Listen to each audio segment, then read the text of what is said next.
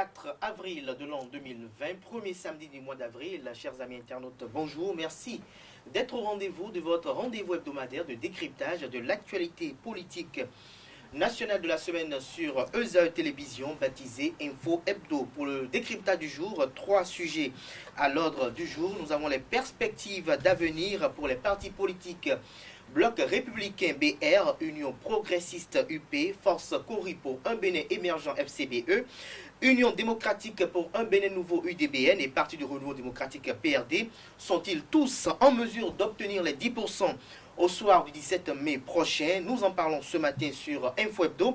Nous parlons également des pratiques sexuelles, de la consommation d'alcool et de stupéfiants, les comportements déviants qui sont devenus de plus en plus récurrents dans les établissements publics et privés au Bénin. Et si le temps nous le permet, nous allons faire quelques commentaires sur l'enregistrement de nouveaux cas confirmés au Covid-19 au Bénin. Bienvenue à tous, bonjour. Tout de suite, le décryptage qui se fera avec Julien Kitty, Justin Ouissou-Sonon, bienvenue à Bassagan et Joseph Perzo Anago.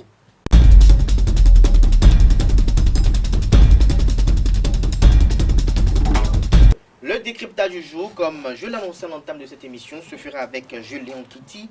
Bonjour à vous. Bonjour Kader, bonjour à tous les amis internautes de ESAE TV. Vous êtes chroniqueur, analyste politique et communicant. Bien sûr. Vous êtes face à Bienvenue à Bassagan. Bonjour à vous. Bonjour Kader, bonjour. Vous êtes journaliste, analyste politique. Merci pour avoir accepté l'invitation, j'allais dire. Tout le plaisir pour nous. Vous êtes face à Justin Ouissou-Sonon. Bonjour à vous. Bonjour Kader, bonjour chers internautes des ESAE TV. Web activiste, analyste politique. Chroniqueur. Chroniqueur, merci. Joseph Perzo Anago, on ne présente plus sur les plateaux d'émission d'Info Hebdo. Merci pour la disponibilité constante.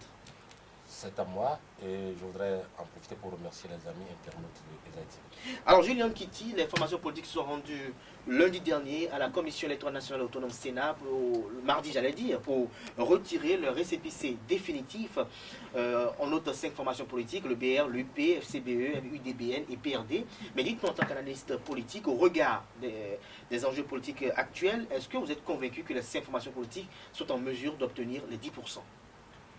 Bon, je vous sens dans un exercice bien difficile en matière de journalisme. C'est-à-dire que vous plantez le décor par rapport à l'obtention par 5 formations politiques sur 9 d'un récépissé définitif, un parcours qui n'a pas été facile. Ça fait déjà événement, mais vous me faites extrapoler tout et vous parlez déjà des 10%. Je vous le concède. Vous avez la police des débats, mais je m'impose de faire le break à ce niveau d'abord pour dire que ces 5 formations politiques méritent d'être là où elles sont. Je pense même qu'il faut, par principe, et pour aider les gens à gérer la psychologie de la communication, commencer par ce que vous avez cité en dernière position. Il faut commencer par dire DBN, PRD, il faut commencer par dire FCBE, après et après, non, je dis, je restitue. Moi, je donne l'ordre. Pratiquement les droits de l'homme. Non, je vous en prie. Vous avez ce que je mange le plus, ce qui circule dans mes veines, c'est la communication et la communication politique. Et je peux vous dire que ce qu'on appelle, quand dans le subconscient du peuple, on commence par dire même les choses les plus fausses régulièrement, c'est comme une chanson qu'un artiste sort. Elle a beau être mauvaise. Si on vous fait du saupoudrage de cerveau avec cette chanson, vous allez finir par n'écouter que ça lorsque vous êtes sous la douche. Donc, quand on s'en tient à ce qui nous est arrivé de très malheureux aux législatives passées, il faut, par bonhomie tout au moins, commencer par ne pas dire BR, PR, et quoi, UP, et avant de dire le reste. C'est comme ça sent du BR, UP et les autres. C'est ça que vous voyez sur les réseaux sociaux et tout. Ces formations politiques méritent, d'accord, sur le même pied d'égalité, d'aller aux élections communales et municipales prochaines. Cela dit, on commence par le PRD, est-ce que ces formations politiques ont les capacités de relever le défi des 10%? Le fait que ces formations politiques aient accédé à ce niveau-là les rend déjà potentiellement capables de le faire, de relever le défi des 10%. C'est parce que ces formations politiques ont été capables de trouver 3630 candidatures titulaires suppléants sur toutes les candidats du territoire national qu'on les a sélectionnés. C'est parce qu'ils ont été capables de bien faire leur dossier qu'on les a sélectionnés. C'est parce qu'ils sont conscients de ce qu'il faut écumer les hameaux du Bénin, dans les 77 communes du Bénin, pour pouvoir avoir les 10%. C'est parce qu'ils ont un niveau intellectuel qui leur permet de calculer pour savoir comment on obtient les 10%. Et je peux vous dire, a priori, pour les cas que je connais le plus, il y a possibilité d'avoir les 10%. Mais l'analyste politique que je suis, l'intellectuel que je suis, dit, mais ce serait même élégant si les 5 n'arrivaient pas à obtenir les 10%. Parce que obtenir les 10%, on a érigé ça au rang de performance des partis les plus méritants, n'est-ce pas? Donc, quand vous faites un examen et que tous les candidats sont méritants, parfois, on n'a pas l'impression que l'examen là est assez bien organisé. Ça veut dire que vous pouvez vous attendre. Je ne suis pas magicien pour savoir si les 5 vont avoir 10%. Encore que si les 5 ont 10%, je ne sais pas si les calculs seront tels que les lois électorales actuelles l'exigent. Mais si les 5 ont 10%, on aura des conseils communaux bien équilibrés. Là où on sera peut-être malheureux, c'est dans le système de parrainage qu'on est en train de prévoir pour les élections présidentielles qui viennent déjà en 2021, où il faut qu'une formation politique ait 16 conseillers au moins avant de parrainer un candidat aux élections présidentielles. Moi, je souhaite, et c'est ça tout l'intérêt du jeu, à avoir 5 formations politiques au moins qui aillent aux élections communales, c'est que les choses soient partagées de sorte à ce que on évite au maximum le cas catastrophique où on n'aura pas 2 formations politiques qui seront capables de présenter des candidats aux élections présidentielles. Donc, pour le cas que je connais le plus, oui. D'accord, oui. Quand je regarde l'UDBN, qui est la formation dirigée... Non, je parle du cas UDBN. De l'UDBN, c'est le cas que vous le connaissez le plus. J'assume de dire, je connais mieux ce cas. Tout à fait. Allez-y. Et la formation politique dirigée par... La seule formation politique dirigée par une femme en République du Bénin aujourd'hui, ce qui fait l'honneur du Bénin par ailleurs, voilà une formation qui sera capable d'avoir les 10% et au-delà. Parce que à chaque niveau, à chaque étape du processus, on n'a pas vendu cher la peau de cette formation. Et je suis de ceux qui ont souvent dit... Je vais revenir, Claudine, pour que vous puissiez nous démontrer. Non, 2 secondes. Voilà. Je suis de comment ceux l'UDBN pourra pris obtenir du les plaisir 10%. à dire que vous l'aimiez ou pas. Cette dame, Claudine Afshari Prudential, a un destin de roseau. Un destin de roseau. Mais ne rompt Alors, Joseph Perjonago, vous avez suivi l'argumentaire de Julien Kitty, qui estime qu'il émet le vœu et le souhait que tout soit partagé entre ces 5 formations politiques afin que l'on ne se retrouve pas en 2021 avec une seule candidature à la présidentielle. Mais dites-nous, en tant que chroniqueur, analyste politique, est-ce que quand vous regardez un peu ces 5 formations politiques qui sont en liste désormais, au regard des enjeux politiques actuels, est-ce qu'elles sont toutes en mesure d'obtenir les 10% sur le terrain politique? Moi, je voudrais être moins enthousiaste pour dire que ce ne sera pas de la mer à boire. Ce ne serait pas une sinécure, car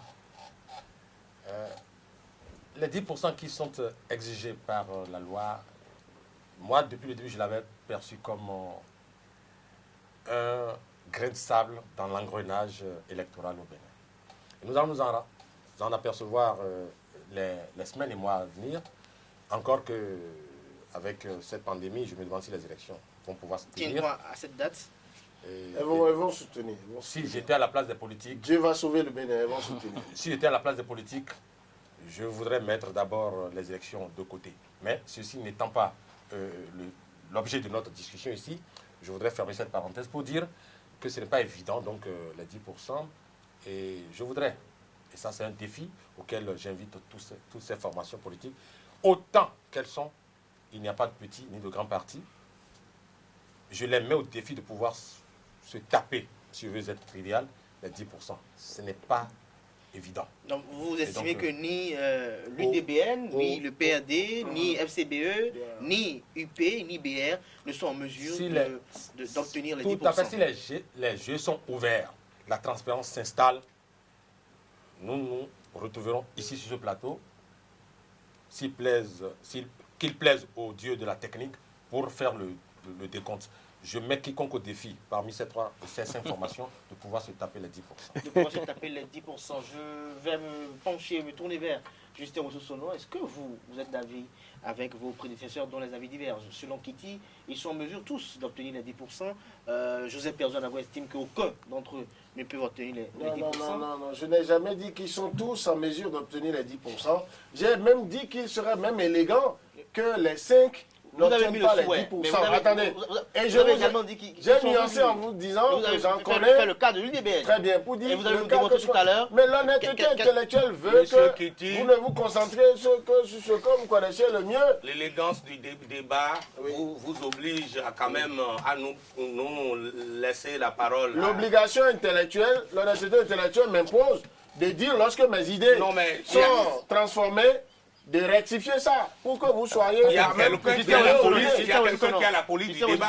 Oui, justement. Vous aurez votre temps d'antenne pour rectifier ce que vous estimez qui est anormal. Monsieur Kader, permettez-moi de parler aux internautes des AETV. Si les réformes mises en place par le régime du président Talon sont mises en place pour durer dans le temps, nous sommes en période d'expérimentation. Et les initiateurs de ces réformes doivent se retrouver dans la posture de Jean-Jacques Rousseau, qui a eu à dire que les forts ne sont assez forts lorsqu'ils vont quand même... il faut jamais assez fort pour toujours le mettre, s'il ne transforme sa force en droit. S'il ne transforme pas sa force en devoir. Est-ce que vous voyez? Donc, s'ils attendent un résultat par rapport à ces réformes-là pour l'avenir, ils doivent laisser les sympathies compétir normalement. Mais lorsqu'ils vont vouloir faire 2 poids 2 mesures, privilégier d'autres au détriment d'autres, les mêmes causes vont toujours produire les mêmes effets. Ça, c'est la première analyse que j'ai eu à faire par rapport à ça. Maintenant, je voudrais rejoindre le régime qui veut corriger certainement quelque chose en initiant ces réformes-là. Si par le passé, nous avons des partis sectaires, nous avons des partis qui sont constitués dans des zones. Aujourd'hui, la Sénat est en train de nous démontrer qui est qui et qui peut faire quoi. Nous voudrions évoluer dans le temps pour mieux connaître qui est qui et qui est capable de faire quoi. Le poids n'a de valeur que lorsqu'il est dans la balance. Ces 5 partis-là sont mis dans la balance et dans les jours à venir, nous allons savoir ce qu'ils pèsent. Donc, il ne nous revient pas ici de tenir des propos mielleux pour quand même influencer les internautes des AETV. Mais vous en connaissez l'idéal, c'est de travailler sur le terrain pour mériter. Les 10%, il faudrait que les partis aient effectivement l'assise politique dans les 77 communes. Alors, Justin Oussoussono, on vous connaît par une grande productivité de posts sur les réseaux sociaux. Vous êtes un grand analyste politique. Vous essayez un peu d'apprécier l'hégémonie de certaines formations politiques. Mais dites-nous, au regard, de façon très rapide, de façon plus sommaire ou expéditive, dites-nous, au regard quand vous faites une vue panoramique de ces formations politiques, dites-nous, est-ce qu'elles sont toutes en mesure d'obtenir les 10%? Ces réformes-là sont vraiment une opportunité d'abord pour les femmes béninoises de se promouvoir. Parce que moi, je salue vraiment l'élégance politique, la clairvoyance de Dame Claudine Prudencio, qui a honoré d'une manière ou d'une autre les femmes béninoises. Oui, elle honore les femmes béninoises. Est-ce que les femmes béninoises vont l'accompagner, vont la soutenir? Est-ce qu'au regard elle vient d'accoster ce navire-là qui va embarquer les femmes béninoises vers les pôles de l'émergence.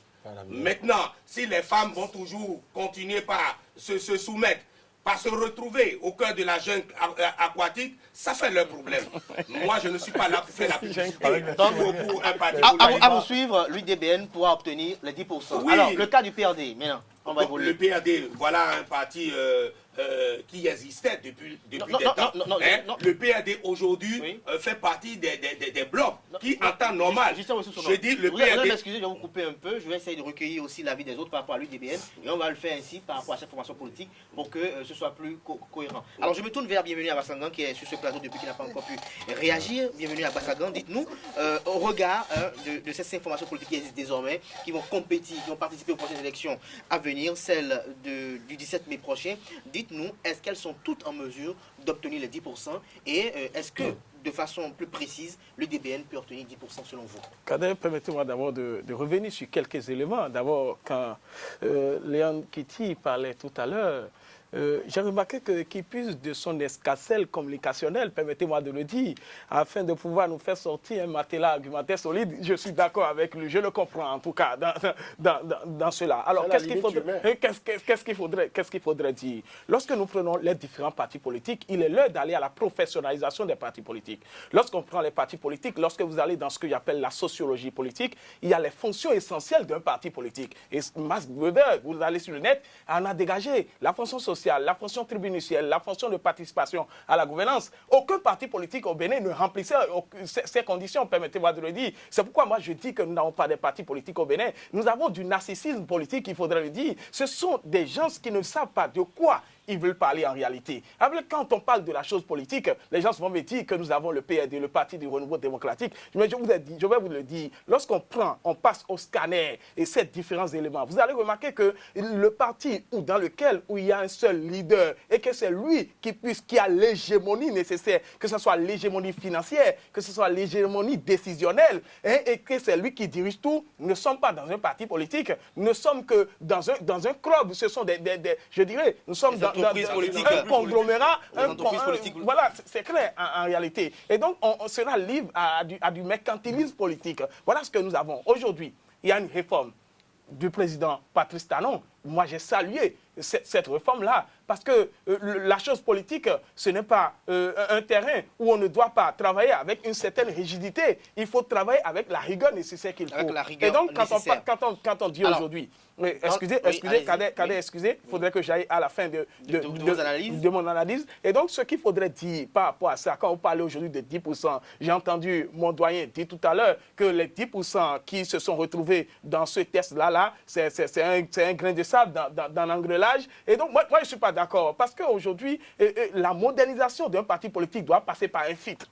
Et donc, le filtre, c'est ce que nous voyons dans les tests. Quand vous décortiquez les tests, en réalité, d'abord, puisque j'ai une qualité de juriste, c'est pour ça que j'en parle. Parce que les lois ne sont faites pour les hommes ne sont pas faits pour la loi. À partir de ce moment-là, les tests que nous-mêmes nous sommes dotés, nous devons les respecter. Et c'est parce que nous savons que nous avons la capacité nécessaire de pouvoir respecter ces tests-là qu'on y est allé. Et donc, à partir de ce moment-là, on ne doit pas voir qu'il y a du mal parce qu'il faut corriger les choses, parce qu'on ne peut pas anticiper. Je suis d'accord sur les choses. Même si vous anticipez dans la loi, vous allez remarquer qu'à un moment donné, il y aura des failles, il y aura des choses qui sont en déphasage qu'il faut corriger. Mais aujourd'hui, si on veut réellement avoir des partis politiques au Bénin, je vais voir à partir de cette élection-là, est-ce que les gens, l'affaire de 10% dont on est en train de parler en réalité, si vous êtes réellement un parti politique doit avoir une vocation territoriale, nationale, il faudrait le dire. À partir de ce moment, vous devez arriver à réunir ces éléments-là, sinon vous n'êtes pas un parti politique. Sinon vous n'êtes pas un parti politique. Mais dans le contexte actuel,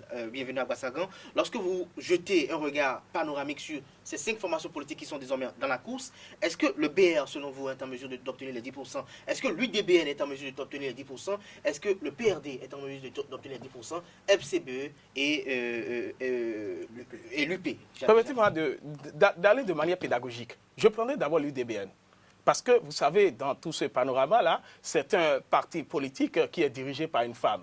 Là, je salue les mérites de Claudine Prudencio. Parce que, si vous savez la façon dont elle a travaillé, on sait que c'est un parti politique qui a l'ancrage rien qu'à Godomé.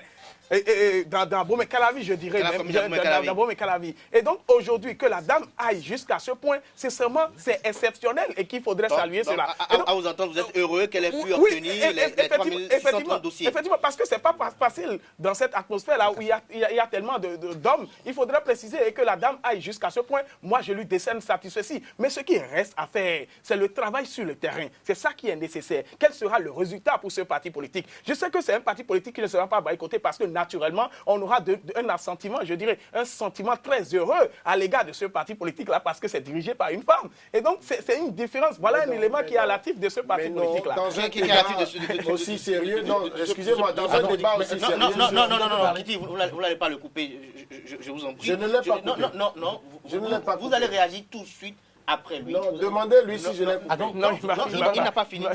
Donnez la parole à quelqu'un. Oui, vous allez réagir. lui-même. Oui, vous mais allez moi, je ne réagir. l'ai pas coupé. Alors, bienvenue à Bassagan, vous avez estimé que l'UDBN peut plus ou moins obtenir les 10%. Alors, en ce qui concerne le cas de FCBE, par exemple. Oui, Foscowi.Bénin, Major, c'est un parti politique qui a d'ancrage national. Moi, je le dis. Ce n'est pas un parti politique ou bien une formation politique jeune, il faudrait dire, même si on pourrait parler de la relativité, de la jeunesse de ce parti politique-là, mais c'est un parti politique qui a fait ses preuves et donc qui sait des remorques, des réalisations de Boni Yahi aujourd'hui pour pouvoir donc aller au-devant de la scène. Et donc, au regard de tous ces éléments, je sais que Foscowi.Bénin émergent a aussi la capacité d'avoir ces 10%-là, parce que ce sont des partis politiques qui ont pu travailler déjà dans l'ombre. D'avoir ces 10%-là. Alors, Joseph Perzo-Anago, l'UDBN, nous allons revenir sur le cas UDBN, beaucoup plus en profondeur. Tout à l'heure, vous avez écouté Justin Wessossono, vous avez écouté tout de suite l'analyse qu'en a faite Bienvenue à Bassagan. Dites-nous, est-ce que selon vous, en tant qu'analyste politique, chroniqueur politique, est-ce que vous êtes convaincu que l'UDBN pourrait obtenir 10%? Quand même, vous avez dit tout à l'heure que vous ne voyez aucun d'entre eux obtenir les 10%. Je maintiens d'abord mes propos. Et je voudrais dire ceci, mais pourquoi ce particularisme pesant? Et l'UDBN, non, l'UDBN, je considère l'UDBN comme étant un parti politique. Et cette polarisation qui tend à dessiner ou à faire le croquis d'un personnage politique, à la limite une femme, de mon point de vue... Cela paraît masochiste, hein? Non, écoutez, je considère tous les partis comme des partis ayant mérité d'être là où ils sont en ce moment. Et je ne voudrais pas voir à travers un parti politique une femme à qui je vais décerner des mérites particuliers. Ce faisant, je serais en train de faire de l'ostracisme, je serais en train de faire... ça ne me convient pas. Je voudrais qu'on considère, autant que nous sommes, qu'on considère tous ces partis comme étant des partis politiques, ni plus ni moins. Je ne voudrais pas voir à travers un parti politique une femme qui aurait des mérites particuliers. De mon point de vue, c'est clair. Parce qu'on n'a pas demandé à l'UDBN, puisque vous voulez que j'en parle encore, de déposer moins de pièces que les autres, ou d'en déposer plus. Ces partis politiques ont été soumis. Et là, tout à l'heure, lorsque j'entends certains confrères ici dire que désormais il faut des partis qui ne s'identifient pas à un personnage, eh bien que je les entends encore sur ce même plateau, à longueur de temps, revenir, là ça me gêne un peu. Non. Ah, je n'ai appris le nombre de personnes. Alors, Attendez. qui se sentent pas 7 ans de Covid-19, ne vous mouchez surtout pas. Alors, en tout cas, on y reviendra. Alors, c'est dit donc que je ne vois pas de l'UDBN ni de PRD. Je vois ces partis politiques qui ont traversé un certain nombre d'étapes et qui sont aujourd'hui avec leur récépissé définitif. Je voudrais les voir en compétition. Si les jeux sont ouverts, véritablement transparents, il y en a qui vont faire très mal. Maintenant, si les jeux ne sont pas ouverts, je ne répondrai de rien. Alors, Julien Kitty, vous étiez en train d'évoquer le cas UDBN tout à l'heure. Dites-nous quels sont, je dirais, les atouts favorables à l'obtention des 10% pour le parti politique UDBN. Ben, c'est Joseph Perzo-Anago qui va vous en vouloir. Parce qu'il vous dira encore pourquoi une question aussi pesante sur une spécificité, une fixation. Non, attendez, ce n'est pas pour éviter de jouir, de répondre à votre question. Mais je voudrais dire une chose, la particularité de l'UDBN, c'est d'être à la fois dans sa dynamique transversale sur plusieurs facteurs. Le premier, tous les partis dirigés par une femme ou un homme, puisque au terme de la Constitution béninoise, nous sommes égaux devant la loi, qu'un parti politique soit dirigé par une femme ou pas, le parti est soumis aux mêmes règles. Et j'ai particulièrement vu ce qui s'est passé à la Sénat. Je peux vous dire, oui, ça a été le cas. Donc, M. Anago, je suis heureux de vous l'entendre dire, l'UDBN a eu donc son certificat son récépissé définitif sans rachat. Donc en suivant la règle, en se soumettant aux règles les plus difficiles comme les autres. C'est un mérite. Mais lorsque on a fini de dire ça, il ne faut pas perdre de vue que nous sommes dans un contexte global où le débat sur la promotion, la nécessité de la promotion du leadership féminin est d'actualité. Je suis désolé, nous sommes bien obligés de le faire. Si les gens en sont arrivés à ce que la classe politique se réunisse pour dire que, entre autres sujets à aborder au dialogue politique, pour qu'on puisse dire si notre système, notre vivre ensemble politique doit être performant, doit être bien regardé à l'international, il faut également que les femmes puissent émerger et que là où on est en train de parler de quotas ou de ceci ou cela, où certains, à juste titre, disent il ne faut pas faire de faveur particulière aux femmes, qu'une femme sans faveur particulière ait réussi à imposer le parti qu'elle dirige pour être au même rang que les autres. Nous sommes obligés, intellectuellement parlant, de lui apporter... D'avoir une grande admiration. Très bien. Alors, cette admiration qui n'est... Non, attendez. Oui, non, je l'attends. Je suis dans une position où je vais vous surprendre en disant cette admiration, il y a un piège. Il y a un piège très dangereux dedans. Le piège là, je vous en prie, non mais vous ne réussissez pas à me faire perdre. Si vous voulez m'arracher la parole de cette façon, réussissez à obtenir de moi de perdre de vue dans ma tête ce que je veux dire. Sinon, vous n'êtes pas dans... C'est pas évident. Ça ne risque pas d'arriver. Et là, c'est ainsi, je le connais, je ne le connais que trop bien. Alors, le piège, c'est quoi? Non, le piège, c'est que quand on a fini de reconnaître les mérites de cette dame, d'avoir fait ce que des hommes pensent qu'une femme ne doit pas faire, il ne faut pas continuer à dire, à s'extasier à l'idée que ce n'est pas une question de sentiment. Et je peux vous assurer, pour ce que je sais d'elle, que Claudine Prudencio n'est pas naïve, n'est pas née de la dernière pluie pour penser que c'est une affaire d'enfant de cœur. Il faut dire, je suis femme à la tête d'un parti pour que le parti puisse passer. Les électeurs ne regarderont pas ça. Il y aura une frange de l'électorat qui va dire, parce que c'est une femme qui dirige, je vais voter pour. Exactement. D'accord. C'est clair. Mais ce ne serait pas 100% de ceux qui devront faire le résultat de l'UDBN. Mais l'UDBN, comme force de proposition, comme une alternative par rapport à la mouvance présidentielle. À la mouvance présidentielle, une composante qui est de la mouvance présidentielle avec les yeux ouverts.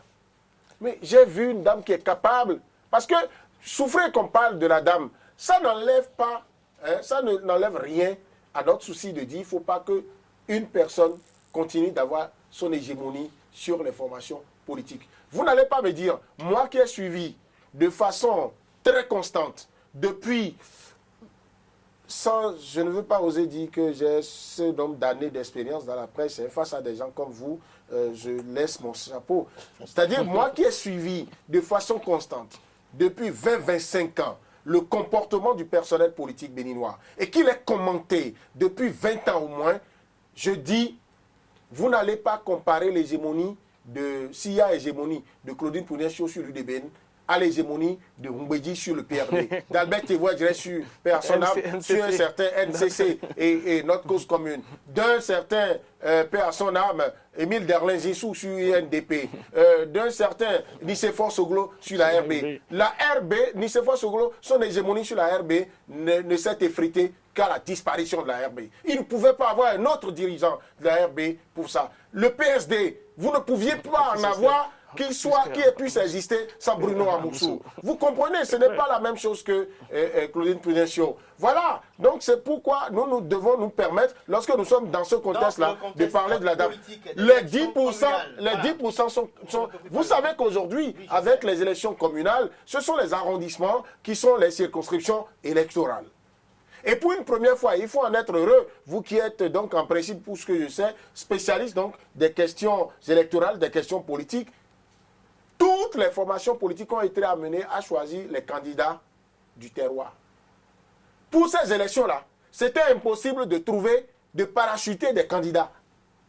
Vous allez dans l'arrondissement X, c'est le monsieur, que vous l'aimiez ou pas, qui est dans l'arrondissement, qui est aimé par les gens que vous prenez, sinon vous-même, vous savez d'avance que vous échouez là. Et comme s'il n'y avait pas la question de 10%, d'accord, ça ne posera aucun problème. Vous pouvez aller chercher Jospezo Anago pour dire qu'il est candidat à Pepori Akou, il va passer. Il suffit que les leaders disent c'est nous. Mais avec ces élections-là, pour les 10%, c'est 10% dans l'arrondissement A, c'est 9% dans l'arrondissement B, c'est 12% dans l'arrondissement C, jusqu'à finir avant d'avoir les 10%. Ça veut dire que c'est une élection nationale. Pour moi, ces élections-là sont plus utiles, sont plus grandes, sont plus lourdes que les élections présidentielles même qui vont venir. À partir de ce moment, je me réjouis de ce que aucune formation politique, fût-elle UDBN ou autre, ne peut s'amuser avec ça. Et pour ce que je sais, en vous disant que ce cas, je le connais mieux, c'est clair dans le subconscient des leaders de cette formation politique que le jeu va se faire à fond. Et je vous jure, pour une première fois, il faut s'en réjouir, analyste que je suis, que ceux qui se jouent les Drogba, les Lionel Messi, les Cristiano Ronaldo, vont se rendre compte qu'ils auront des Stéphane Sessegnon qui vont les battre quand vous avez eu des surprises dans des compétitions sportives. Et vous allez voir qu'au-delà de ça, comme le coronavirus nous fera faire après donc son départ, les gens vont comprendre qu'il n'y a plus de G20 en politique. Il n'y a plus des gens, des castes, des personnes qui... Mais regardez les autres blocs que vous aimez. Je vous ai dit, vous comprenez pourquoi je vous disais de savoir citer. Quand ceux qui se prennent pour les mastodontes... Qui aime ces blocs-là? Mais attendez, que vous prenez pour les mastodontes. Mais sur quelle base, sur la base de quelles statistiques vous voulez les prendre pour les plus grands?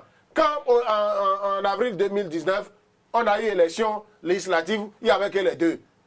Mais moi, je me réjouis, j'ai l'âge d'être député à l'Assemblée nationale. Je me réjouis de n'avoir pas osé dire que je vais être député à la 8e législature. Le DVN peut obtenir 10% au soir du 17 mai prochain. Je me retourne vers vous, Justin. Justin, nous allons aborder le cas du Parti de Renouveau Démocratique PRD. Vous avez suivi l'actualité politique nationale qui a évolué au fil des années. Vous avez suivi également l'évolution de cette formation politique. Vous avez suivi également les récentes informations liées à la mutation de cette formation politique dans la réforme du système partisan. Dites-nous, est-ce que le PRD a toujours l'ancrage qu'il a habituellement? Est-ce qu'il est toujours en mesure d'obtenir 10% du suffrage valablement exprimé? Monsieur Kader, vous savez, moi je suis technicien. Et en technique, on m'a appris quelque chose. C'est la pratique qui valorise la théorie. Je sais que Maître Adrien Humbedi fait partie des acteurs qui ont voté le code électoral qui a institué les 10%. Il est maintenant face à la réalité de ses ambitions, parce qu'il fait partie de ses ambitions politiques. Il est face à la réalité. Mais je crains beaucoup pour le PRD. En face des internautes des AETV, nous avons l'obligation de dire la vérité. En tant qu'analyste politique, je crois que la bataille sera très rude pour le PRD. Quand je prends Aranvoy Bla, qui est de l'autre côté, qui était quand même un meneur de jeu pour le PRD, et qui n'est plus quand même en symbiose avec ce bloc aujourd'hui, et qui est devenu de l'Union progressiste, je crois que ça fait des défections du rang du PRD. Et comme on ne veut pas importer des électeurs, et c'est les mêmes électeurs qui ont l'habitude de voter pour le PRD, j'attends de voir l'acrobatie politique que Maître Adrien Humbedi fera au moment opportun. Nous connaissons les fiefs, les fiefs habituels du PRD. Aujourd'hui, comme cela fait obligation de réunir les électeurs sur toute l'étendue du territoire national avant de réunir les 10%, le Maître Adrien Humbedi va nous montrer de quoi il est capable sur toute l'étendue du territoire national. Merci d'avoir été court et concis. Joseph Perzo-Anago, le Parti de Renouveau Démocratique PRD, a-t-il toujours l'ancrage qui est le sien depuis la réforme du système partisan? Est-ce que son hégémonie n'est pas désormais disputée? Je suis d'avis que aucun des partis traditionnels ne devrait prétendre à maintenir, si à hégémonie, maintenir ce qui faisait sa force depuis longtemps. Non, je le reconnais. Cependant, ces élections, et je le redis, si elles se tiennent dans la transparence requise, dans l'ouverture totale des jeux, ces élections, disais-je tantôt, vont réserver d'énormes surprises. C'est ainsi que, je disais tantôt ici tout à l'heure, qu'il n'y a pas de grand parti, il n'y a pas de gros bloc, il n'y a pas quoi que ce soit si les jeux sont ouverts. Maintenant, si certains acteurs choisissent de fermer les yeux, je ne pourrai plus répondre de rien. Pour parler du PRD, je dirais donc que le PRD à des niveaux donnés va sentir un certain nombre de blessures qu'il n'aurait peut-être pas réussi à penser. Il y a eu des défections, c'est vrai, vous l'aviez noté tantôt. Dans le même temps, ces élections sont une occasion pour certaines populations, n'est-ce pas, de sanctionner les gouvernants.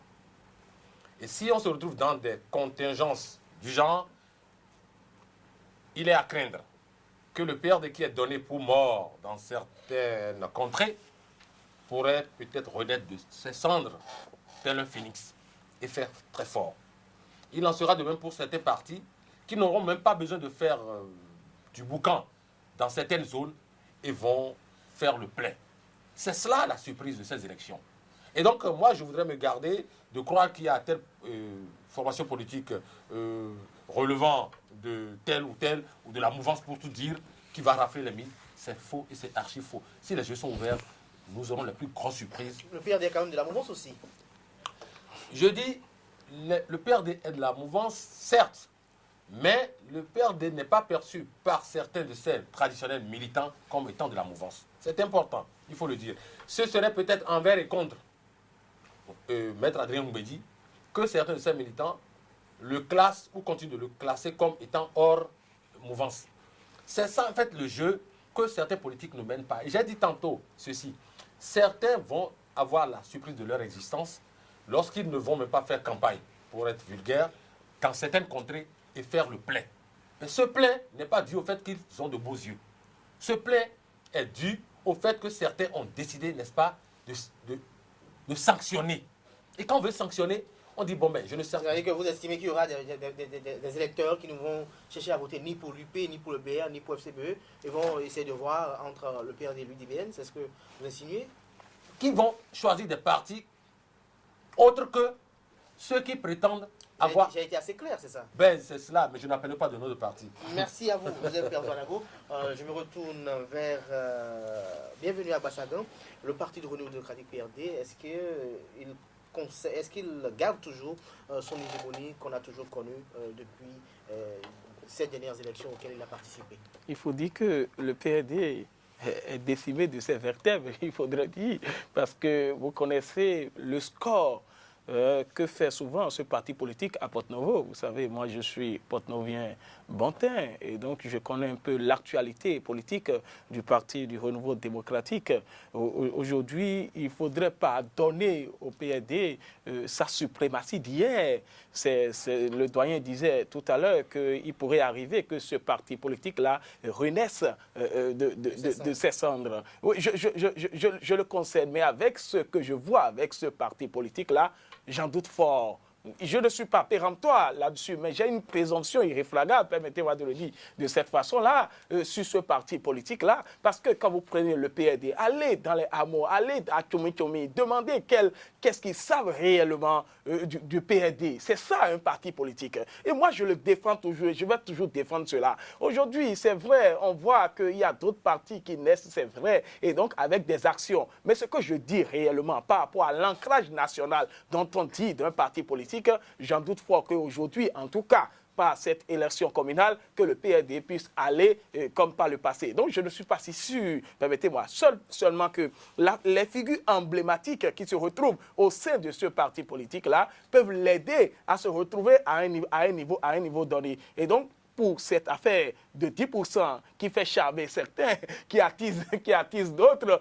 Et donc, je me dis sincèrement que l'affaire de 10% pour un PRD, c'est très difficile, c'est très corsé, c'est une question épineuse pour le PRD à l'heure actuelle. À l'heure actuelle, Julien Kitty, le PRD. Ben, je pense que le PRD a l'occasion de prouver qu'il a un troisième poumon.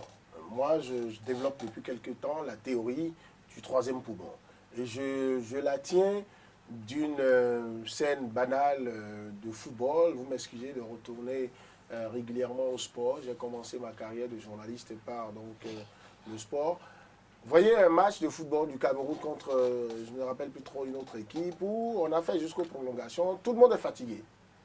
Et Rigobert, son défenseur le plus âgé donc, de l'équipe, qui prend la balle, on ne comprend pas comment il retrouve des énergies pour faire du 100 mètres plat de la défense, dribbler tout le monde, aller mettre un bolide à la Yekini Donc c'est ce que vous souhaitez. et inscrire le but qui fait gagner son équipe. Du coup, son équipe gagne, mais à la lecture du match, si vous êtes un peu reporter sportif, on dira que le Cameroun n'avait pas la domination du match, n'avait pas les meilleures possessions de balles, n'avait pas le meilleur nombre d'occasions de but, de corner, de ceci ou cela, mais le Cameroun avait gagné. Donc, qu'est-ce que je veux dire pour parler du PRD? Le PRD sur papier aujourd'hui, sa carte de visite ne lui permet pas de prendre les 10%. Parce que là où, et ça va vous surprendre, là où d'autres révélations, telles que l'UDBN, peuvent se permettre de dire autant notre fougue de la jeunesse et des femmes, autant notre position d'alternative de la mouvance présidentielle, d'une autre alternative de la mouvance présidentielle, de force de proposition, pourrait nous amener à gagner la sympathie d'un électorat qui n'est pas forcément prêt à prendre dans ses bras les deux qui avaient donc s'étaient partagés comme au terme d'une partie de maraudage les postes à l'Assemblée nationale. Non, attendez. Cette analyse-là par rapport au Parlement béninois, il faut faire beaucoup attention. Vous voyez, dans une intervention, vous prenez une parenthèse pour donc, la ligne directrice de mon parti, et vous-même, vous voulez m'arrêter pour ça. On ne comprendra pas ce que je veux dire. Voilà, attention, voilà. Non, quand on parle... de maraudage. J'ai la police de débat, s'il vous plaît. Ici, vous pouvez y aller, mais c'était des élections qui sont déroulées en 2019. Parce que comment vous la qualifiez selon les tests, selon les tests. Non, pas selon les tests. Ce sont les institutions qui les ont reconnues. Voilà. Lesquelles institutions? Voilà. C'est bon. Les élections exclusives. C'est vous qui avez parlé d'une partie de maraudage. Mais attendez, il Vous est savez, ressenti. j'ai un malheur que je vis par ces temps qui courent. Je ne suis pas en train de comprendre de sentir que la langue que je comprends mieux que ma langue maternelle, c'est le français. Ça, je ne suis pas en train de me moquer de vous. Mais je suis en train de dire, ce que je présente comme image là, ne remet en rien en cause les sièges de ceux qui sont à l'Assemblée. Mais eux-mêmes, les problèmes de conscience qu'ils ont là, ils le savent. D'accord ? Cela va de soi. Les problèmes de conscience qu'ils ont, leur sentiment devant le tribunal de leur conscience, ils savent. Moi qui ai connu et qui ai vécu les débats en direct, et qui ai eu du plaisir à écouter, réécouter les débats de la première, deuxième, troisième législature, quatrième, cinquième législature du Bénin, lorsque je sais qu'il y a eu des assemblées ou des législatures où il y a eu des Albert Thévois, des Mille Pipidi, des Charles Yaovi Repo, des gens qui ont fait des débats. Lorsque on a ce qu'on a aujourd'hui, chaque génération fait son... Je ne suis pas en train de faire ce débat. Mais là où je parle de maraudage, et vous avez pensé que je suis en train de me moquer des gens. Lorsque les gens, même le premier magistrat du Bénin, a reconnu dans une sortie télévisuelle que il aurait aimé que les choses... Julien qui tire le débat n'est pas à ce niveau, nous parlons de PRD. Nous allons revenir sur le PRD. Est-ce qu'aujourd'hui, avec les nouvelles réformes que le système partisan béninois a connues, est-ce que le PRD aujourd'hui, après les départs de part et d'autre, est-ce que le PRD est toujours en mesure d'obtenir les 10%? Je retourne à mon histoire du troisième poumon. Parce qu'elle permet de mieux comprendre ce que je veux dire. Je suis désolé. Ok, allez-y rapidement. C'est pour dire que l'image que je vous ai donnée de la partie de football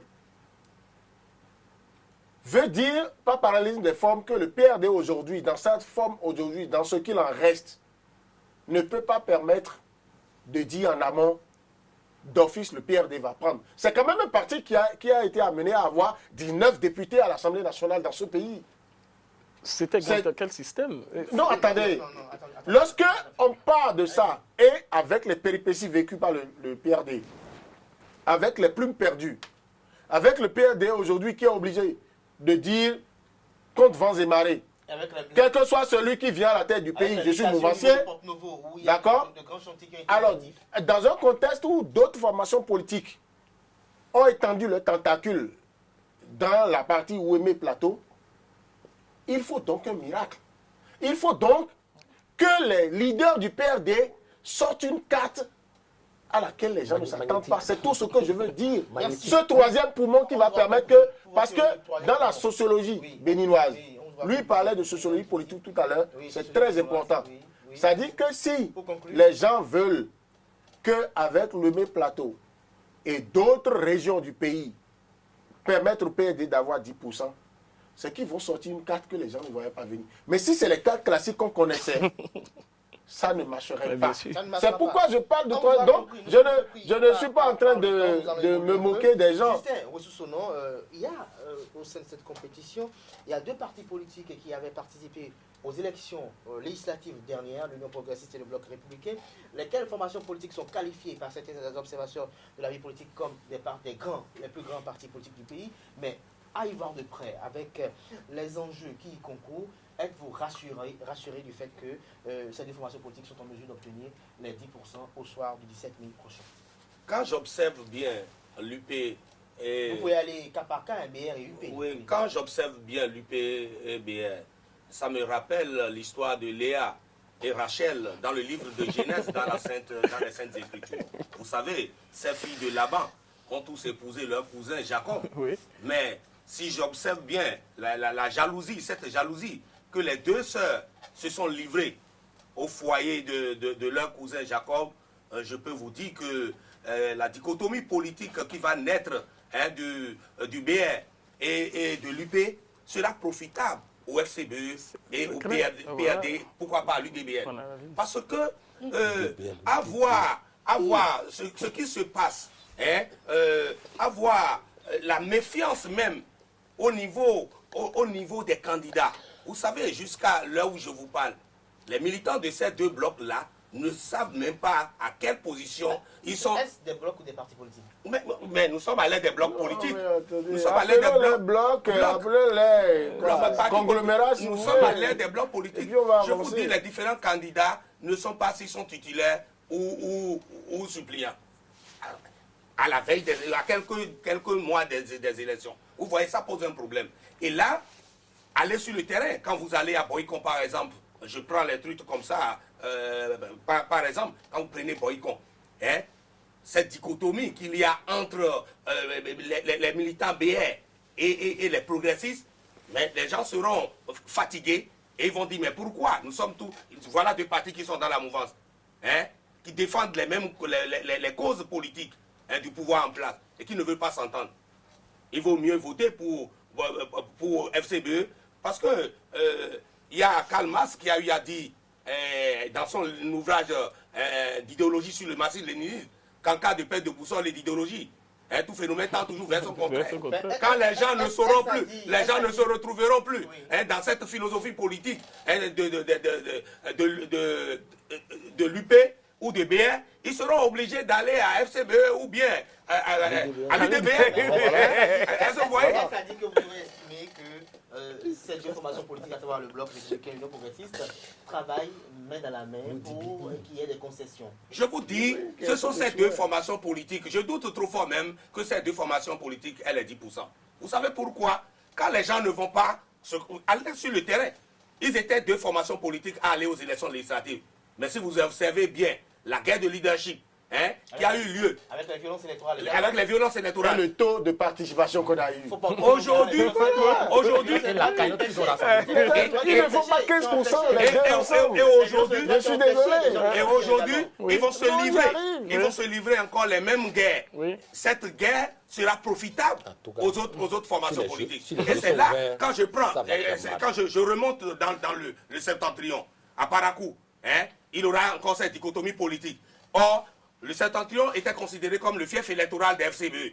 Et quand les deux blocs ne vont pas s'entendre, les militants à la base vont dire, mais écoutez, à quoi bon de se rallier à ces formations-là, où nous ne savons pas, ça veut nous amener. Mais quand même, nous sommes redevables au FCBE qui nous ont permis d'avoir ci et ça. Pourquoi ne pas voter pour le FCBE? Pourquoi ne pas voter pour Encore l'UDBN? faudra-t-il que les FCBE soient unis. Pourquoi ne pas voter pour quand même le Soient PAD? unis pour Pourquoi donner vous le voyez, village qu'il faut. Voter pour FCBE, voilà. Alors, bienvenue à Bassagan, parlant de l'UP et du BR. Vous avez suivi tout à l'heure l'analyse qu'en a faite Justin Rousseau, qui estime que la guerre sans état d'âme, sans considération qui existe entre l'UP et le BR, une guerre de leadership auprès du président Patrice Talon. Est-ce que cette guerre-là ne va pas amener les populations à se dire, voilà des frères de la même famille qui ne s'entendent pas, alors on vote pour d'autres personnes, puisque l'UDBR et le PRD également sont de la mouvance. Je remarque d'abord que pour ces questions de partis politiques, il y a une élasticité analytique. Je suis d'abord d'accord pour cela. Mais qu'est-ce qu'il faudrait dire par rapport à ces deux partis politiques? Je dis, si nous reconnaissons réellement la fonction idéologique d'un parti politique, nous ne devons même pas avoir deux partis politiques qui se disent soutenant les actions du chef de l'État et qui sont même nés de cette façon-là. Et donc, c'est pour ça que j'ai dit, il y a certaines personnes qui se retrouvent au sein de ces partis politiques qui ont leur idéologie souterraine, qui ne veulent pas que cela émerge. À partir de ce moment-là, on arrive à choisir un endroit où on peut trouver bon, on peut bien vivre. Des gens qui sont rassasiés peut-être de frustration, qui ont au sein de ces partis politiques-là des idéals dont ils veulent revendiquer l'appartenance. Non, mais quand je dis ça, il y a des agrégats d'idéaux qui ne peuvent même pas, c'est-à-dire qui sont formés autour de chaque parti politique. Alors, quand vous les prenez, vous prenez Bloc républicain, vous prenez UP, vous avez dit que vous soutenez l'action du chef de l'État. À partir de ce moment-là, qu'est-ce qui a créé, qu'est-ce qui aurait conduit à ce que vous ayez, c'est-à-dire que ça soit deux partis politiques? Et donc, ça veut dire que d'abord, entre eux, il n'y a pas de la synergie, il n'y a pas de symphonie en réalité, il n'y a pas d'harmonie. Et donc, pour pouvoir soutenir la même action. Alors, pour cela, lorsqu'on on voit un peu, même si on sait que les élections ne se ressemblent pas, parce que tout à l'heure, je vois que les débatteurs d'ici montrent que ces partis politiques, pour aller aux élections législatives, se sont partagés le gâteau, une expression que moi je n'aime pas parce que je suis légaliste. Il faut évoluer selon les tests. Et donc, c'est les tests qui leur ont donné cette opportunité. Oui. Et donc, à partir de ce moment, si on va voir le résultat qui a été fait lors des élections législatives, on pourrait systématiquement conclure que ça serait très difficile pour l'Union progressiste et le Bloc républicain. Mais nous ne savons pas, parce que nous ne sommes pas dans le secret des dieux. Il faudrait le dire, et de rester dans un regard futuriste et dire systématiquement que ces partis politiques-là ne pourront pas avoir les 10%. Non, il faut faire beaucoup attention dans notre analyse. Il faudrait que nécessairement qu'on sache, qu'on laisse qu'il y ait de réserve, qu'on laisse un espace possible d'évolution pour ces partis politiques-là, ou bien de retrouver un peu les 10%. En tout cas, je sais que l'un de ces partis politiques pourrait se retrouver dans les 10%. Lequel je ne vais pas le dire, je ne vais pas dévancer les faits. Donc vous estimez qu'il peut y avoir un qui Il peut y avoir un de ces deux partis politiques-là qui aurait les 10%. Alors, Joseph Herzog-Lago, vous avez suivi tout à l'heure Julien Kitty et Justin Oussono qui ont effectué leur analyse au sujet de ces partis politiques de la mouvance présidentielle, à savoir Union progressiste et Bloc républicain, qui Non, pas Julien Kitty. Il y a longtemps que vous m'avez donné la parole. Vous ne m'avez jamais donné la parole sur l'UP et le BR. Justin Oussono plutôt, j'allais dire. Et quand j'ai voulu évoquer ça, vous m'avez coupé comme... bon, je comprends. Non, mais le maraudage a été fait. Toi, tu prends un, je prends un, et puis bon, voilà. Bon, allez-y. Alors, nous allons faire plus sérieux, Joseph Herzog-Lago. Vous avez suivi Justin Oussono qui estime que cette guerre qui existe entre l'UP et le BR peut être préjudiciable à leur obtention des 10%. Est-ce que vous partagez cet avis? Mais je vais au-delà du simple partage de cet avis. Je voudrais dire ceci. C'est-à-dire, ne restons pas dans des supputations inutiles. Si nous sommes ici pour faire des analyses, nous devrions aussi questionner juste le passé, un passé récent. On a vu ces deux blocs présidentiels aller en compétition. Et quelle compétition? Je vous en prie, chers confrères, vous aviez encore ici à l'esprit, c'est-à-dire les gains que ces deux formations réunies ont pu obtenir en termes de pourcentage. Maintenant, nous nous retrouvons pas dans des élections où on a fait du maraudage. Je voudrais bien emprunter ce terme privilégié, excellent, auprès de mon confrère, pour dire nous serons désormais dans des élections de proximité où on ne votera que... Ça ne touche pas l'honorabilité d'une personne. C'est-à-dire, nous sommes désormais dans des élections où Kokou et les siens vont se retrouver en face pour se parler. Voilà. Kodjo, mon oncle de Kérou va peut-être se retrouver avec mes tantes de Ipile, c'est du vécu. Et ça va donner quoi? Ce n'est pas les 15% ou autres approximativement réunis qui vont faire la différence. Encore que, vous l'aviez tantôt souligné, ça, il y a clash déjà entre ces deux blocs présidentiels. Je voudrais bien ajouter présidentiel. Alors, maintenant, comme on le dit vulgairement... Vous ne dites pas qui soutient l'action du gouvernement. Et le président a tenu à avoir ces deux partis politiques. Je l'avais dit ici sur ce plateau, et mon cher confrère Léon Kiti m'en avait empêché à l'époque. Voilà. Alors, aujourd'hui, vous empêchez pas. Non, il s'en rend compte d'ailleurs. Okay. Bon, alors, moi je voudrais dire ceci. Pour être sincère, ces deux partis auront fort à faire. Mais les 10%, moi, je ne les attribue à personne d'ailleurs. J'ai dit si les jeux sont ouverts, et j'insiste sur l'ouverture et la transparence des jeux. Je vous mets au défi, chers confrères, qu'on se retrouve ici, si nous assistons à des élections véritablement transparentes, où on a laissé chacun aller faire sa campagne, où la transparence a été de mise, la proclamation était efficiente, je mets au défi, nous irons chercher dans la poubelle de l'histoire certains partis politiques. On vous aura compris, Joseph Persolago, Julien Kiti, je crois, je vous ai vu marcher de la tête tout à l'heure, c'est-à-dire que vous avez partagé pleinement l'argumentaire de Joseph Persolago au sujet des partis politiques Union progressiste et Bloc républicain. Alors, pour gagner un peu de temps, je vous pose la question de savoir, est-ce que Force Cori pour un Bénin émergent FCBE sera en mesure d'obtenir les 10% quand on sait que ce parti politique traverse une situation plus ou moins de crise? Oui, l'honnêteté intellectuelle m'impose de dire oui, j'ai épousé effectivement à une certaine proportion. Ah, une certaine proportion. Oui, c'est pas entièrement. Non, c'est pas entièrement. Parce que quand il chute en disant qu'il réitère sa conviction qu'aucune formation politique n'a les 10%, si les jeux sont clairs, j'estime que les jeux seront clairs et j'estime qu'ils seront tout au moins mieux clairs qu'en avril 2019. Ce que vous oubliez, vous voyez, je suis prêt même à prendre le risque de parler en griffe comme quelqu'un qui est proche de la mouvance présidentielle. Mais je ne suis pas capable, moi, Jules Léandre Kiti, de parler en oubliant mon être, en disant tout est bien et tel que ça s'était passé en avril 2019, c'est bien. Et si, non, aujourd'hui, on a 5 formations politiques. Si on devrait même rester super... Sur 9. Oui, si on devrait... C'est-à-dire, bon, si on devrait...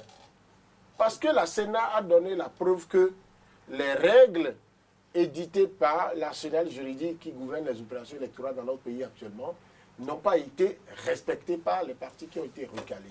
Okay. Est-ce que la loi prévoit que des partis peuvent être recalés, oui ou non? Donc, soyons un peu légalistes. Maintenant qu'on est déjà 5, au lieu de 2, comme l'autre fois, d'accord? Encore que même si on sélectionnait 2, d'accord? Même si on sélectionnait 2, on n'aurait pas a priori violé la loi si tant est que les règles sont respectées. Mais on aurait choqué la conscience du peuple qui ne veut plus en entendre parler de 2. C'est ça là où il faut parler, il faut faire la dissociation entre la légalité, la légitimité, et puis ce qui met les gens psychologiquement à l'aise. Les forces Cori.Bénin émergents. Là encore, je vais être honnête avec vous en vous disant, si vous voulez bien écouter l'analyse. Vous savez, partout dans les chaînes, sur les chaînes internationales, hors du Bénin, on vous dira toujours Force Cori.Bénin émergents, FCBE, le parti de l'ancien président Boni Yayi. C'est de cela. C'est-à-dire que ceux qui ont fait de la communication, qui ont fait du marketing, vous diront que c'est devenu, c'est rentré dans les termes génériques. Voilà. Donc on lie cette formation politique à un leader qui, que vous le confiniez ou que vous ne le confiniez pas, reste un phénomène. Reste à lui seul, donc un poids par rapport à l'opposition. Il se fait que les forces Cori.Bénin émergents, leur actualité ces dernières semaines, au moins 6 à 8 semaines, n'ont pas été de nature à renforcer ce pôle alternatif que devraient constituer les FCBE versions, 1000 versions, mais chapeautées par Boni Yayi. Jusqu'à la tentative de réconciliation entre les ailes de FCBE, on se disait le chapeau était là pour tout le monde. Mais il s'est fait que le chapeau a été remis en cause par une partie. Vous avez aujourd'hui le camp Nkwe qui est farouchement opposé au camp des Azatassou et des Achadi. Et même quand ils ont voulu s'entendre, ne serait-ce qu'autour des listes pour aller aux élections, mais il s'est fait que, vous savez, aujourd'hui, l'actualité de FCBE, c'est des démissions de personnes qui sont candidates sur la liste FCBE. Bon, ça, c'est un autre cas d'école hein, pour les juristes. Mais je sais au moins que les lois disent, quand vous êtes candidat, jusqu'à déposer vos dossiers, et que c'est validé, vous allez aux élections, on finit. Vous n'êtes pas là à dire, je démissionne, donnez-moi mon papier. C'est pas comme quand on était petit, on joue au ballon, parce que c'est moi qui ai acheté le ballon, quelqu'un me tape là, je prends le ballon et dit le match est terminé. Ça ne se passe pas comme ça. Maintenant, est-ce que pour autant, ça garantit de la cohésion pour aller devant l'électeur, lui arracher la décision de dire c'est FCBE alternative crédible au régime qui est là? Non, à moins que l'imprévisible, l'animal politique, ça peut me coûter ce que ça va me coûter que de l'appeler ainsi. Ce n'est pas pour être un griot. Je n'en ai pas l'éducation. L'imprévisible, l'animal politique, à moins que Boni Yayi décide au dernier moment de se lancer dans la campagne en disant FCBE, Nkwe ou Yaya ou bien Achade, c'est FCBE, je soutiens. Vous allez avoir donc des gens qui vont se dire, comme Justin le disait, pardon, c'est pas Corona, hein? Des gens qui vont se dire, c'est notre famille, c'est notre alternative. Mais je doute fort que vu la posture que prend Nkwe, qui, et là encore vous allez m'excuser, vous qui avez pour habitude d'être le gardien des images des gens, moi j'ai l'expérience pour dire les choses telles que... Non, attendez, j'ai envie de dire quelque chose. Ce n'est pas pour me moquer de quelqu'un. Il a beau en avoir la volonté, malgré toute sa bonne volonté, je suis désolé, M. Nkwe ne pourra pas se forger avant les communales 2020 là. L'étoffe d'un leader qui draine FCBE comme Yayi Boni. C'est pas possible. C'est votre avis. Non, ce n'est pas possible. Il y a des... Vous savez, quand vous avez arrivé... C'est votre avis qu'on respecte. Non, c'est une réalité qui s'observe. À partir de ce moment-là, comme il a dit, les frères siamois vont se neutraliser sans avoir... tu vois, lui, il est remonté tout le temps. J'ai évité de rentrer dans son jeu pour qu'il ait raison de nous tous sur le plateau. Lorsqu'il parle des fonctions essentielles d'une formation politique. On ne pourrait pas l'avoir aujourd'hui. Quand les frères siamois vont se taper dans les bottes, vous allez avoir l'UDBN, le PRD, dans une certaine mesure, FCBE, qui vont en profiter. Si les FCBE se comportent bien, ils auront une longueur d'avance. Mais je pense qu'ils ne vont pas pouvoir bien se comporter, voir ce que j'observe. Bienvenue, ambassadeur, très rapidement par rapport au FCBE. Est-ce qu'ils sont en mesure d'obtenir les 10% et quelle analyse faites-vous face aux enjeux où cette formation politique traverse une situation de crise dont le leader politique est dans une position plus ou moins dubitative? Moi, je ne connais pas la position du leader politique. Aujourd'hui, on voit FCBE qui participe à une élection. C'est vrai qu'il y a des défections aujourd'hui dans des candidats, des personnes candidates qui partent. Alors, le problème qui se pose, c'est que vous connaissez la genèse de ce parti politique et la genèse de la crise qui secoue actuellement les forces Congolais pour un Bénin émergent. Et donc, à la tête, ce qui a fait que quelqu'un est devenu une figure de ce parti politique-là, Nkwe. Et aujourd'hui, vous connaissez Nkwe en matière politique, vous connaissez à Bopa quel est le poids qu'il pourrait faire. Je ne vais pas aller très loin dans mon analyse sur ce plan-là. Et donc, à la tête de... Voilà, le logo Cori d'abord. Vous savez que ça peut... Voilà, effectivement. C'est pour ça que je disais tout à l'heure que ce parti-là se servirait comme remorque des réalisations de Boni Yahi. Et donc aujourd'hui, Léon Kitty disait tout à l'heure que si le leader se lève aujourd'hui pour dire, quel que soit le camp dans lequel vous êtes, allons-y. Moi, c'est là où je me pose une question. Je me disais, mais est-ce qu'il n'a pas donné alors son quitus lorsqu'ils étaient revenus, on voulait organiser de congrès? Qu'est-ce qui s'était réellement passé? Parce que s'il y avait réellement de congrès, le parti ira à la cassure.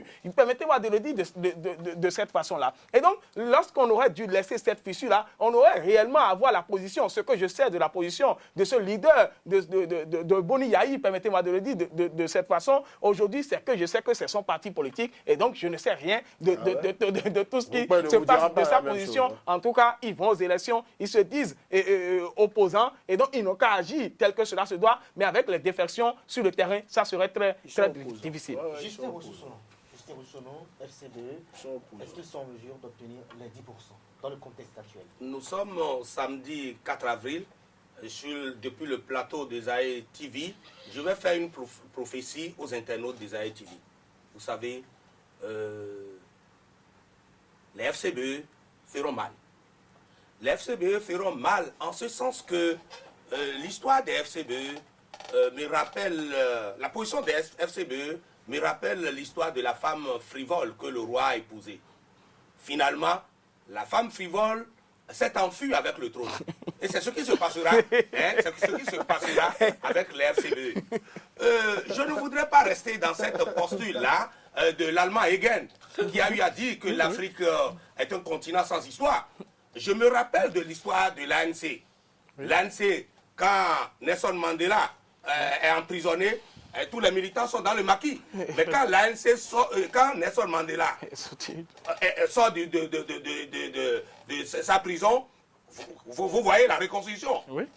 Boni Yahi attend la veille des élections. Boni Yahi attend la veille des élections pour prendre son bâton de pèlerin et vous allez voir la reconstruction des FCBE sur le terrain. Qu'est-ce qui va se poser? Qu'est-ce qui va se passer? Nous avons quelque chose qui guette le pouvoir en place. Ça veut dire, s'il y a un bloc qui réussit à réunir 16 conseillers, ça veut dire il a l'autonomie. Oui. Il a l'autonomie là, cette possibilité de soutenir un candidat aux élections de 2021. Je vous fais cette confidence là sur ce plateau des AETV, que les FCBE auront la majorité des conseillers et aura son mot à dire. Et quand les FCBE auront la majorité, ils vont faire défection totale. Ils vont tourner dos. Ils vont se reconstituer derrière leur leader charismatique et le pouvoir aura des difficultés. Ça, c'est mon analyse. Vous insinuez que FCBE version actuelle est avec le pouvoir? Mais observez bien mon regard. On vous aura compris, Justin Roussono, c'est votre analyse de cette situation de FCBE. Nous allons recueillir l'analyse qu'en fait Joseph Perzo-Anago pour boucler cette phase liée aux forces politiques et émergentes. Joseph Perzo-Anago, FCBE, face aux enjeux des élections communales, sont-ils en mesure d'obtenir les 10%? Très rapidement, s'il vous plaît. Je dis les 10% pour le moment, je les mets sous éteignoir. Mais les débatteurs ont évoqué un nouvel enjeu, celui de l'émission de Boni Yahi dans la campagne électorale de FCBE. Écoutez, en temps également, puisque vous avez quand même un palmarès quand même qui est assez emblématique, dites-nous, est-ce que le logo Cori, à lui seul, sans même la présence de Boni Yahi, le logo Cori lui seul dans les contrées du Bénin, puisque quand on quitte Cotonou et autres, est-ce que le logo Cori lui-même ne fait pas déjà une campagne pour FCBE, qu'il soit Rumpé, qu'il soit Yaro, qu'il soit Achadé et autres? Mon cher confrère, c'est ce que je disais tantôt parlant du PRD. Ici, sur ce plateau, personne ne donne cher de la peau du PRD. Je dis le PRD peut renaître de ses cendres dans des zones données. Il y a des fiefs dans lesquels les adhérents ou les militants PRD sont restés ce qu'ils sont depuis des années. Eux, ils n'attendent que d'aller voter. Ils ne veulent plus rien entendre d'autre que ça. Et ils votent quoi? Le logo. Ce logo n'a pas changé. Et Mbédié l'a compris et a tenu son logo jusqu'à l'heure où nous parlons. C'est pareil pour ce qui concerne les FCBE. Je regrette qu'un autre parti, enfin je ne voudrais pas dire heureusement, qui a été mis hors d'état de compétition, s'était arrogé aussi le même logo et je trouve que c'est une tricherie. C'est une tricherie que la Sénat devrait avoir dénoncée. C'est une parenthèse que je referme rapidement pour dire ceci. les Elle s'est FCBE, prononcée sur la question. Oui, allez, les FCBE vont faire mal. Le logo FCBE fera la campagne à la place même de beaucoup de ténors. Tout à fait. C'est une évidence. Et donc, à partir de cet instant, cela va marcher partout. Il y avait une assise FCBE. Cette assise, même si elle est effritée, fera son petit bonhomme de chemin. Merci à vous, chers amis débatteurs. Nous sommes à la fin de cette émission, mais je m'en voudrais de ne pas dire un mot quand même si nous n'abordons pas le cas Covid-19. Nous allons pas quand même dire un mot sur cette actualité qui a fait la une de l'actualité nationale et même internationale. Pratiques sexuelles, consommation d'alcool et de stupéfiants, des comportements de déviance qui se sont fait montre dans les écoles publiques et privées du Bénin. Justin Rousseau-Sonon, en tant qu'analyste, chroniqueur politique, éducateur, comment avez-vous reçu ces images qui ont fait le tour de la toile? Ces images... Je précise que ce sont les dernières interventions. Voilà. Ces images ont mis en vogue ce que vaut le système éducatif béninois. Et moi, je voudrais mettre en cause la moralité des promoteurs de ces écoles, de ces universités. Je voudrais mettre en cause la moralité des directeurs de ces écoles et de ces universités. L'histoire est têtue, mais l'oublier constitue un grand danger pour la postérité. J'ai eu vent de la qualité de l'éducation que les gens donnaient au lycée Victor Ballot en son temps. Moi, j'ai eu à passer une année scolaire au collège Père-au-Pierre, où les notes de conduite te stressent et il y a des comportements que tu ne peux pas avoir au sein de l'établissement. Aujourd'hui, qu'est-ce qui se passe où les élèves se soumettent à ces comportements-là, à ces comportements ignobles, rétrogrades? Normalement, les censeurs, les surveillants généraux, quels sont les rôles de ceux-là? Nous avons quand même le bureau APE qui normalement représente les parents d'élèves, qui doivent quand même leur regard dans ces écoles. Qu'est-ce qui se passe? Est-ce que ceux-là jouent leur rôle? Est-ce que, bon, on dit trop de réformes tuent les réformes? Est-ce que ce n'est pas à cause des réformes tous azimuts qu'on observe ces derniers temps dans le système éducatif qui fait que, bon, les enseignants ou bien les directeurs d'école sont réticents par rapport à la pression ou bien à la qualité de l'éducation? Ça, c'est des questions que je me pose. Ce sont des questions que vous vous posez. Alors, je me retourne vers vous. Bienvenue à Bassagan. Dites-nous, suite à l'apparition de ces vidéos sur les réseaux sociaux, en tant qu'éducateur, en tant que père, en tant que oncle, parent, comment avez-vous reçu cela et qu'est-ce qui pourrait être à l'origine de pareilles déviances? Ces obscénités, permettez-moi, ces orgies sexuelles auxquelles les élèves et étudiants auxquels ils se livrent en plein midi, permettez-moi de le dire de cette façon-là. Alors, il faut d'abord être enseignant pour comprendre certains éléments.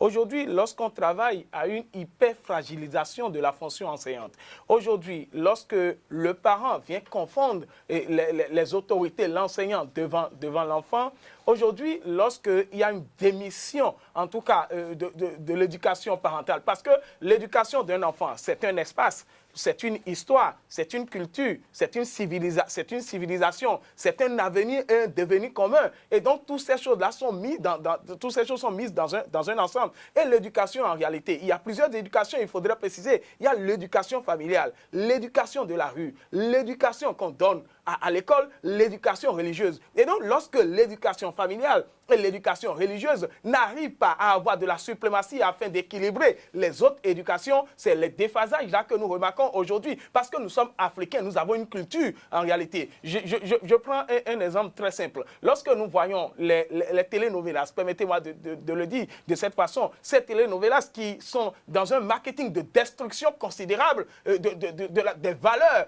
morales, je dirais même des valeurs africaines. Parce que quand on parle de chez moi, quand on prend l'exemple d'un vaudou-si en réalité, les vaudou-si ont des interdits qu'on ne viole pas en réalité. Et donc si on n'éduque pas l'Africain avec des valeurs, je dirais culturelles et cultuelles, on serait donc dans ce genre de situation. Je vois aujourd'hui, on nous dira qu'il faut inviter les sociologues. Je sais, ils vont jouer leur rôle, les anthropologues, les psychologues de l'éducation pour pouvoir résoudre ce problème. Mais il faudrait dire, et je l'ai déjà dit tout à l'heure, j'ai dit qu'il y a une hyper-fragilisation de la fonction enseignante. À partir de ce moment-là, l'enseignant qui est d'abord un didacticien, un pédagogue, un facilitateur, ne se retrouve pas dans les conditions nécessaires pour faire son travail. Qu'est-ce que vous voulez que cela fasse? Vous avez parlé que vous avez fait père aux pierres, mais en votre temps, on vous bastonnait à gogo pour vous ramener sur les rails. Aujourd'hui, on a parlé de la liberté. Et donc, au nom de cette liberté-là, on réduit à l'impuissance. On annihile les textes de loi. On dit qu'on est en train d'accorder, oh, la liberté, ce mot souvent trahi, disait François Terré. J'aimerais finir là.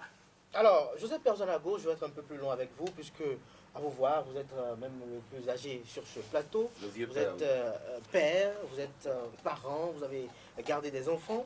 Il y a un de ces enseignants que j'ai eu la chance d'entretenir suite à l'apparition de ces vidéos qui m'a dit ce qui suit que, en tant qu'enseignant, ce n'est qu'une face visible de l'iceberg. Et il va plus loin en disant que, après avoir diffusé sur les réseaux ces vidéos-là, un papa s'est permis de châtier sa fille, mais que tout de suite les gens ont estimé qu'il y a eu violation des droits de l'enfant, alors que l'enfant n'est ni blessé, il n'a aucune fracture, mais on a estimé que le frapper cette fille parce qu'on a vu sa fille dans des vidéos déshonorantes qui ternissent l'image de sa famille, que cela c'est contre les droits de l'enfant. Est-ce qu'à un moment donné, il n'y a pas une mauvaise interprétation dans ce qu'on appelle droit de l'enfant, droit de la femme et tout ce que nous mettons dans ce package de droits? Et dites-nous, pour finir dans votre intervention, qu'est-ce qui pourrait justifier de telles déviances dans nos écoles aujourd'hui, où les enfants, les écoliers, les étudiants n'ont plus peur de l'autorité qu'incarne leur administration et même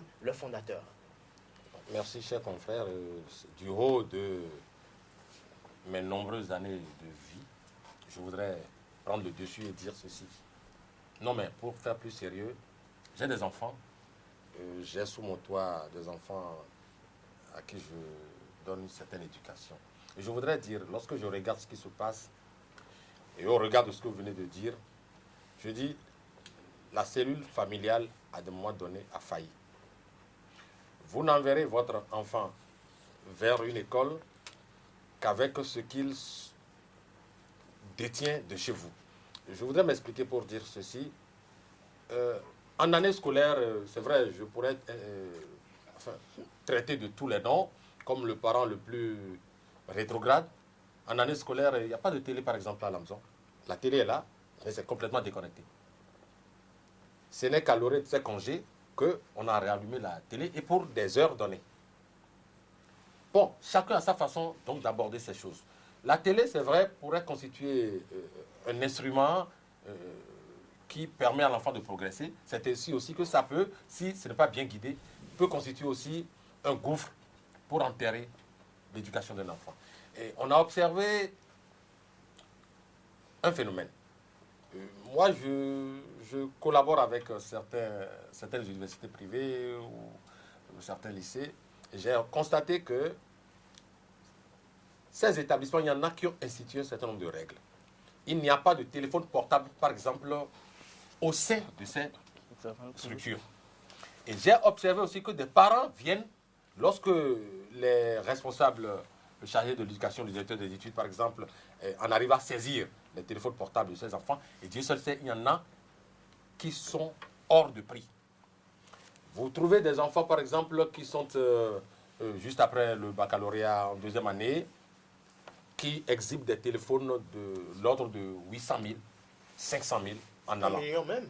Il y en a de ces enfants qui viennent à l'école en voiture. Au moment où le professeur qui est chargé de leur enseigner le savoir venait à peine avec une motocyclette. Tout à fait. Je ne suis jaloux de personne, mais je dis que ça n'est pas bien.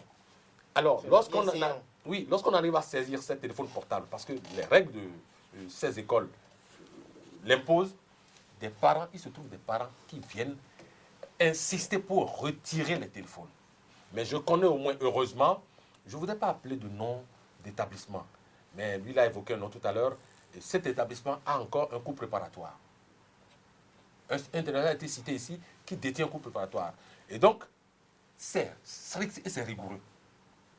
Le comportement, l'habit que vous portez, tout est codifié. Lorsqu'on saisit le téléphone, ne vous attendez même pas à la fin de l'année de pouvoir le retrouver. Moi, je suis pour. Est-ce que vous savez que le téléphone portable, aujourd'hui, est pratiquement un poste téléviseur et tout ce qu'on veut. D'ailleurs, ces images qui ont circulé ont été récupérées par téléphone portable. Et donc, lorsque les parents, il y en a qui achètent ces téléphones à ces enfants-là, il y a des parents d'élèves qui laissent leurs enfants, des garçons partir de la maison avec des boucles d'oreilles. C'est-à-dire ces enfants ont déjà réussi à se trouver les oreilles et à y mettre des boucles. Et les parents les encouragent. Vous verrez un garçon, ça ne se passe pas dans mon village. Moi, je suis resté un villageois à Pontin. Un garçon ne se tresse pas les cheveux. Chez moi, il n'en existe pas. On coupe les cheveux au hara. Mais les parents qui permettent à des enfants de partir de chez eux avec des cheveux gominés, des chaussures compensées, complètement serrées au corps. Et ils les voient, ils les déposent même à l'entrée de l'école avec des portables. Ils diront que c'est leur mode, c'est la mode de leur moment. Ils sont. Vous voyez, depuis que je suis intervenu, je n'ai accusé aucun enseignant. Vous voyez, par exemple, je m'évertuerai à ne accuser aucun enseignant. Mais j'accuserai plutôt les fondateurs ou les fondés de ces écoles. Il y en a qui ne veulent que faire de l'économie, qui ne veulent que faire des sous. Il y a des élèves qui ne sont pas acceptables dans ce genre d'établissement, mais on les accepte parce que les parents payent gros. Il y a des établissements qui, pour chaque élève, engrangent jusqu'à 1 million, peut-être moins. Et ces fondateurs ou ces fondés de ces structures préfèrent plutôt regarder le côté gain. Et c'est ça qui a dégénéré, qui donne ce qu'on a constaté. Je n'accuse pas le système éducatif. Nous avons un très bon système éducatif, de mon point de vue. Je ne connais pas de test de l'enseignement au Bénin qui encourage ce genre de comportement. Qui encourage ce genre de comportement. Pas du tout. On vous a compris, Joseph Perzonago. Julian Kitty, je crois que vous allez payer une lourde d'aide par rapport à cela. Vous aurez le privilège de pouvoir conclure sur ce sujet relatif aux déviances sexuelles en milieu scolaire. On a vu dans des vidéos des étudiants effectuer des actes pas indignes, j'allais dire carrément, pour ne pas aller dans les détails. On a vu des étudiants se battre dans des vidéos. Dites-nous, quand vous regardez tout cela et que Joseph Perzonago a fait une analyse et estime qu'il y a des enfants qui viennent à l'école, peut-être avec des motos qui sont au-delà de leur âge, si je peux le dire ainsi, puisque Bivena Wassada l'a dit tout à l'heure, nous avons une culture, une sociologie africaine, et qu'on voit ces étudiants-là venir, ou ces élèves venir en classe avec un téléphone qui fait le prix de la voiture de l'enseignant. Quelle voiture? Un téléphone qui coûte la voiture de l'enseignant, est-ce que tout cela ne participe pas à ce qu'à un moment donné, les enseignants se disent, bon, on dit ce qu'on peut, et on se met en retrait, et les parents ayant démissionné carrément, on assiste à quoi on a assisté.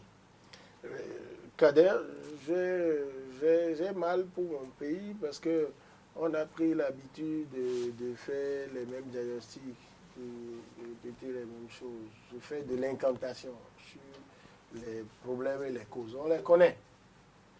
En fait, moi je ne suis pas surpris. Hein. Ce que vous observez fait partie des résultats des premières générations ou deuxième génération de nouveaux programmes. Vous aviez des élèves qui finissaient une génération de nouveaux programmes. Aujourd'hui, vous avez déjà des enseignants de nouveaux programmes. L'enseignant à qui on dit, lui-même il a été élève de nouveau programme. Donc mal formé. Je dis les choses telles que je les ressens. Parce que moi, je n'ai pas été à l'école. Moi, j'ai affronté des professeurs en première année de droit en leur disant, j'ai fini d'avoir le bac, vous n'allez pas vous dire, tais-toi parce que je suis le professeur. J'ai dit non. On appelle l'université pour dire l'avant. Et je peux vous dire quelque chose, ce n'est pas de la vantardise. En classe de seconde, la densité que j'avais, moi, en termes de culture générale, je ne l'ai pas aujourd'hui. En seconde. C'est-à-dire que j'avais conscience de ce que... J'étais proprement bien pauvre, hein, matériellement et financièrement. Je m'étais préparé... Non, aujourd'hui, je peux manger à ma faim. Ok, allez-y. D'accord? Il m'est déjà arrivé, pardon, d'aller donner... Il m'est déjà arrivé... Il m'est déjà arrivé... Non, attendez. Il m'est déjà arrivé d'aller donner des communications dans un bâtiment de la CCIB où, grand expert, les gens me respectaient Et je leur ai dit, mais avant de commencer, est-ce que vous savez que moi j'ai été être maçon ici pour construire le bâtiment sous lequel on va se parler. C'est cela aussi ce qui fait le grand homme que vous devenez. Quand je vous parle de nouveaux programmes, c'est dans l'ensemble de nouveaux programmes, on vous dit que l'enseignant ne doit pas inquiéter l'enfant. Moi, j'ai été dans un établissement privé. J'ai l'impression même que parmi les images que j'ai vues là, il y a l'établissement là, j'ai vu leur uniforme dedans. On n'évoque pas Je suis allé, non, je n'évoque pas l'établissement. Oui, allez-y. Je suis allé là-bas.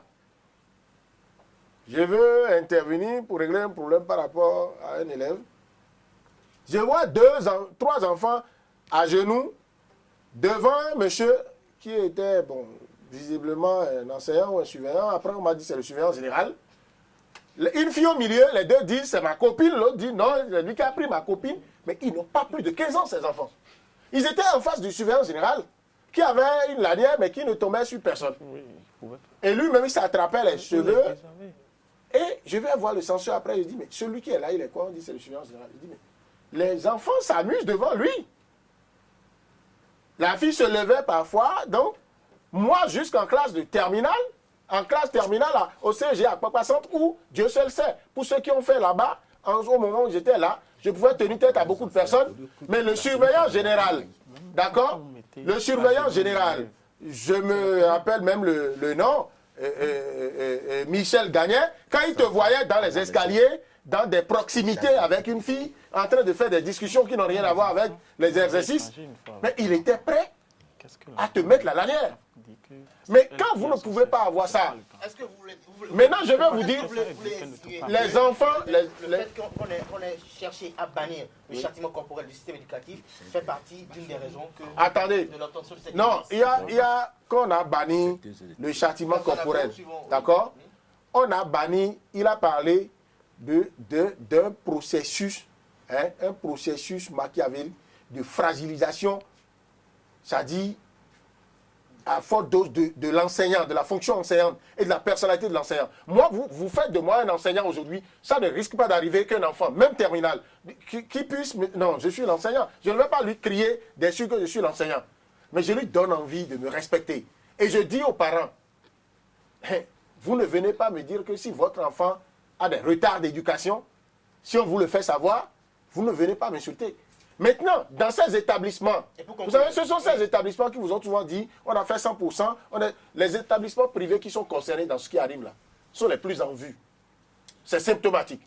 Ça montre que les gens n'ont que de l'éducation morale. D'accord? Parce qu'à la maison, les parents, pris dans le tsunami de la recherche effrénée de moyens pour subvenir aux besoins, se disent, nous renvoyons les enfants à l'école. Et ceux-là, c'est vrai, on va leur trouver une part de responsabilité. Parce que, vous savez, beaucoup de parents aujourd'hui disent, est-ce que vous voyez que les enfants, quand un enfant de 2 ans ne parle que français, tous les parents sont contents. Il deviendra un lettré en français, il ne sera jamais un intellectuel. L'enfant qui n'est pas capable d'apprendre sa culture ne peut pas s'en sortir. D'accord? Ce n'est pas possible. Moi, en allant au bac, et ironie du sort, moi, je n'ai pas fait père aux pierres, mais j'ai composé au bac au père aux pierres. Et dans mon devoir de ma copie de philosophie, j'ai dû citer mon grand-père maternel, Djevotor, qui n'a jamais mis pied à l'école du Blanc. Parce que je le trouvais autant percutant que Socrate.